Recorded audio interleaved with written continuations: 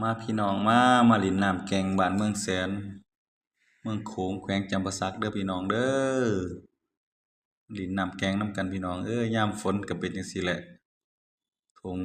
นาบ้านเมืองแสนก็สิมีน้ำหลายแบบนี้นะพี่น้องเนาะมาหาไสมองกินปลาแคมทางพี่น้องน้ำแกงเต็มทุ่งไร่ทุ่งนาพี่น้องมาพี่น้องมาเอาหม้องมานำเด้อมาก่อกองไฟใส่หม้องปิ้งปลาลิ้นน้ำแกงพี่น้องทุ่งนาบ้านเมืองแสนเฮา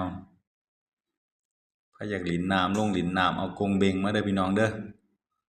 ลอยเล่นก็ได้พี่น้องพาผู้แสผู้สาวผู้ลูกผู้เมียก็มาเล่นได้เนาะพี่น้องเนาะ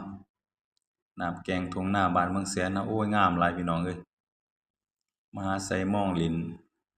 พากันปิ้งปลาซุ่มแซวแมวโพงกันไปซะแล้วเนาะพี่น้องเนาะมาพี่น้องมา